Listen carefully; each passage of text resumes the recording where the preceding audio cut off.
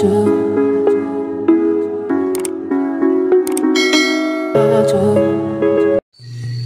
day everyone. Ayan, ngayong araw na to ay niluluto ako ng ginisang ampalaya. Ayan. At yun nga guys, ay ginisa ko ng bagong sibuyas, tapos ayan yung kamatis.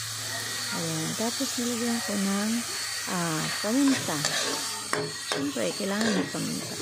Gusto ko kasi lagi may paminta sa ginigisa kong mga ulam. Tapos ayan, nilagyan ko na din siya ng patis. Kaya lang ko konti na yung patis ko. Kaya dinagdagan ko na lang siya ng asin. Tapos ayan, nilagay ko na yung ampalaya. So ayan, halu-haluin lang. At para dumikit ang kanyang mga pampalasa. Ayan, tapos nilagyan ko siya ng tubig. Mga 2 silyaw na tubig siguro yan. Para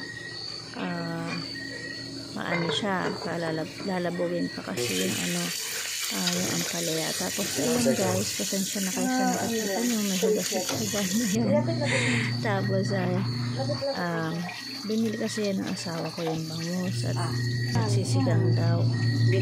Kaya ayan, nilinis ko muna ulit siya kasi ayoko nang may nakikita pang mga ano ba yun, anong tawag dito, yung kaliskis ng isda. Ayoko na yun, ayoko yun. Kaya nililinis ko siya mabuti. Tapos ayan guys, kumukulo na yung ating ginigisang ampalaya. Ayan, nilagyan ko na siya dyan ng ginisa mix. Tapos ayan, nilagyan ko na din ng itlog kasi labog na yung ating ampalaya. At pasensya na kayo guys sa mga nakikita nyo hindi ka nais-nais dyan ha, yung mga kalat-kalat. At masipag kasi maglinis yung inyong host. Ayan, yung inyong lingkod, charot. Ayan, tapos ayan, luto na yan guys. At susunod lulutuin ko na yung sinigang na bangus natin pala, charot. Ayan, meron tayong kangkong, okra, tapos sitaw. Ayan, mga green vegetables. Ayan, at kumukulo na nga yung yung ating tubig. So yung kamatis dyan ay pipisa-pisain ko lang para umasim yung asin niya ay umano sa tubig, lumasa, diba?